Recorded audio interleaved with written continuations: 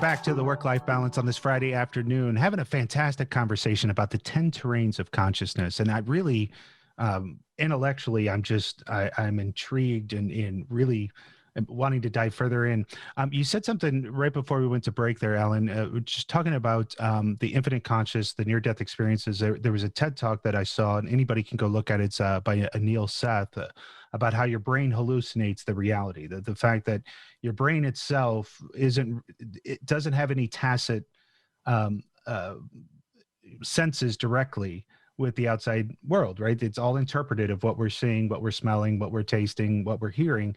It's an interpretation.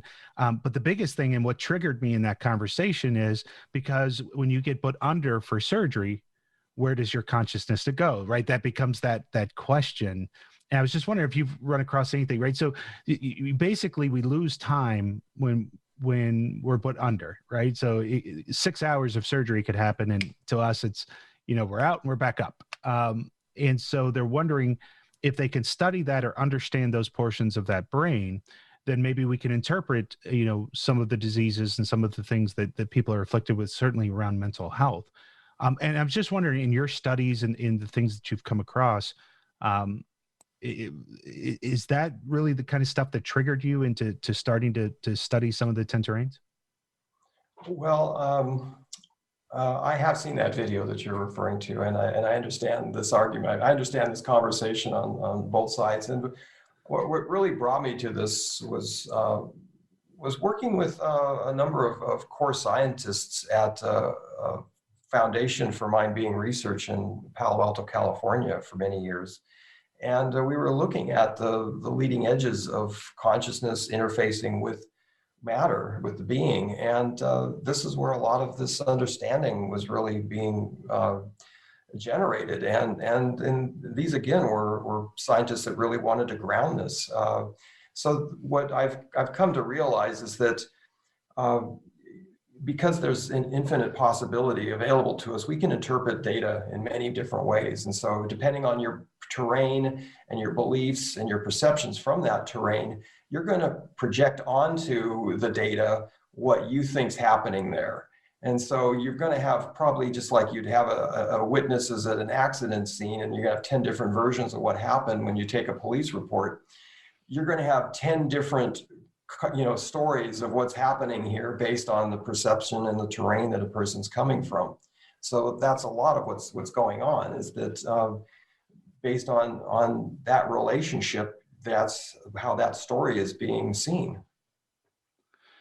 So there's a real kind of fight in the world between, you see it in multiple aspects, right? Science versus faith. If you talk about, Darwinism, right, versus the creation theory, you've got climate control, climate change, whether that's man-made or is that just, is Mother Nature just going to shrug us off as she can do?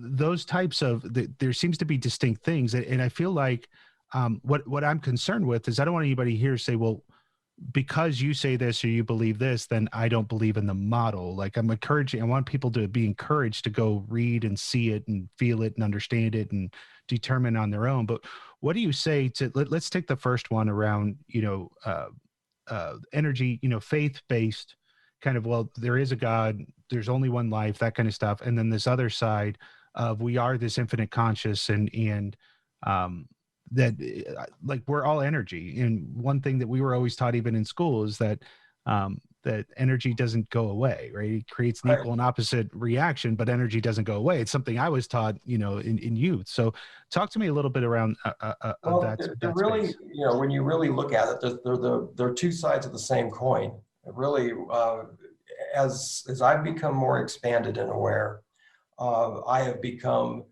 much stronger in my faith than I was when I was at a point where I was actually somewhat atheistic, thinking that what I had been taught was really not accurate. So there was a reaction to that, and that now as I've come more deeply into learning about myself, understanding who I am and who we all are, and what consciousness is. I have come to a very deep place of faith. So it's like if you go around a circle, you can go around one of two ways, but you're still going to reach the same point. And so there are those that are coming to faith from a biblical perspective, but there's a lot of truth in that. But it's a journey, and it's a different journey than the journey I've taken. But the truth is, you end up at the same place ultimately when you come into it. That I am my brother's keeper. Do unto others as you want done unto yourself. I mean, I could go down a whole long list of principles here, but those principles are because we really are caring for each other as ourselves at the end of the day.